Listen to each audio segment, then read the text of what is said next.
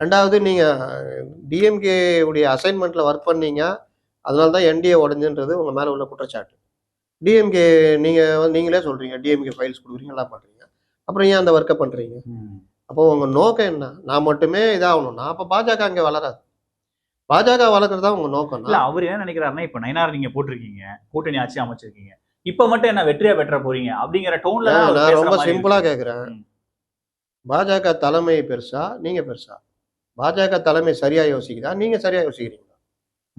பாஜக தலைமை சரியா யோசிக்குதுன்னா, அவங்க ஏடிஎம் கூட கூட்டணி சேர்ந்து கட்சிக்கு தலைவரை மாத்தி போட்டு இயங்குறாங்க. இப்ப பாஜக தலைமை மூலியமா அவங்க ஒரு ரூட் எடுக்குறாங்கன்னா, நீங்க அதுல மாறுபட்ட கருத்து இருந்தா, அந்த கருத்தை உங்களோட வச்சுக்கணும். கட்சி தலைமை சொல்றத செய்யணும்.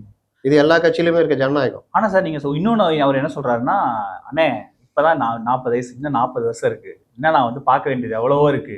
நாளை ஓடிட மாட்டேன் அப்படின்றாரு. நாளை நிச்சயம் இல்லை என்பதை கொரோனா நிரூபித்தது. அவர் என்ன சொல்றாருன்னா, நீங்க முடிச்சிட்டு வாங்க, முடிச்சிட்டு என்கிட்ட தான் கடைசியா வரணும் அப்படின்ற மாதிரி தானே பேசுற மாதிரி இருக்கு. அங்கதான் தமிழிசையோட இந்த ரியாக்ஷன் ரொம்ப ஹார்ஷா இருக்கு. சில இடங்கள்ல ஓவர் கான்பிடென்ட் அழிச்சிடும். ஓகே.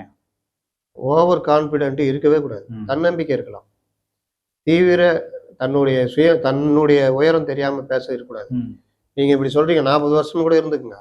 உங்களை தூக்கி ஒண்ணு போட்டு என்ன பண்ணீங்க? கரெக்ட். ஆனானப்பட்ட வெங்கையா நாயுடு நீங்க எங்க இருக்காரு? அத்வானி எங்க இருக்காரு? அத்வானி எங்க இருக்காரு? முரளி மனோகர் ஜோஷி என்னாரு? மன்னாதி மன்னர் எல்லாம் சென்றது எங்கன்ற மாதிரி நீங்க யாரு? உங்களுக்கு அடையாளம் காட்டுனது யாரு? உங்களை ஏன் கொண்டு வந்தாங்க? ரஜினி கட்சி ஆரம்பிப்பாரு. அந்த கட்சியில கை காட்டுற முதல்வரா நீங்க இருப்பீங்கன்னா உங்களை கொண்டு வந்தாங்க.